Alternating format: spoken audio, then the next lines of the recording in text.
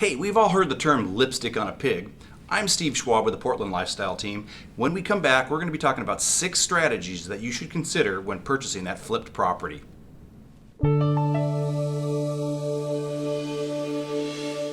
Hey, welcome back. Before we get started with today's topic, I want to quickly offer a couple things there for you to take advantage of on the website. You might be thinking, hey, what's my home worth today in this active real estate market? And if you are, click on that orange box. That's going to gather some information from you. It's going to give you a quick analysis as to what you should expect that home to sell for today. You might be thinking about buying a home, and if you are, click on that blue box. That's going to give you access right now to every home for sale today in the greater Portland area. So there you have it. In any active real estate market where prices are rising briskly, it's not at all uncommon to find homes on the market that have been purchased by investors and remodeled and put back on the market as the proverbial flip. And first of all, there's not things wrong with all of these homes, but there are things that you want to consider as you're making a purchase decision to make sure you're protecting yourself. Number one is, were permits used?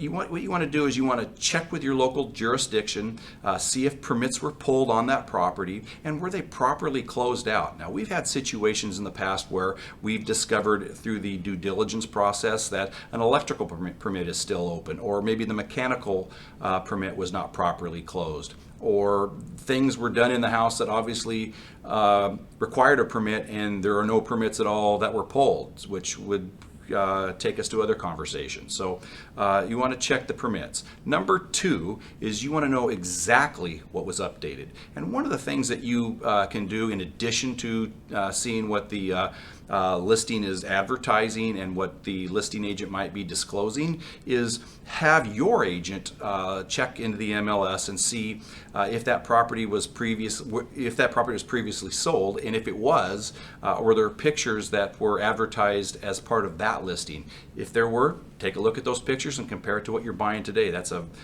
very invaluable tool. Calculate the financials of the seller, and here's what I'm getting at here. Flips can typically be very low margin exercises.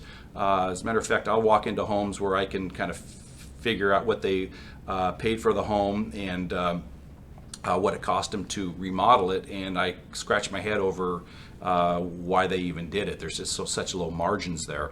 But what this is going to tell you is to look for things that were, maybe corners were cut, or things weren't done properly, or things were done too quickly.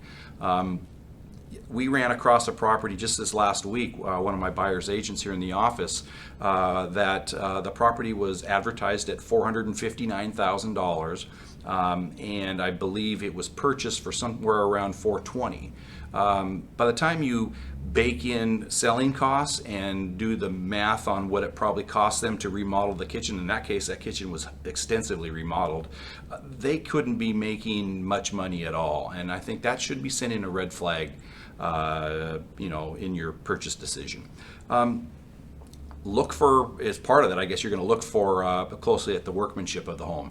You're going to look for the quality of the finish work, just to see if it was slapped together, or if something's liable to fall apart, or if paint doesn't cover adequately, those types of things. So you're going to look at the quality of the work done.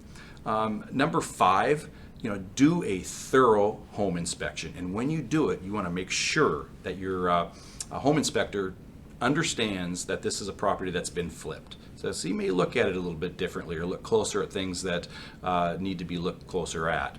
And number 6, and this is a big one, Google the seller's name. And if you can find it, if they're working under an LLC, Google that LLC. I have done this on more than a couple of occasions and found complaints, found lawsuits, found things that were huge red flags that caused us to move on. So, the web's an amazing thing these days, and there's a lot of information there, so I'd implore you to consider using that. So there you go, 6 items to consider as you're looking at that flipped property. Hopefully this has been of help. We're looking forward to being back here again in about 2 weeks with another topic, and until then, you have a great day.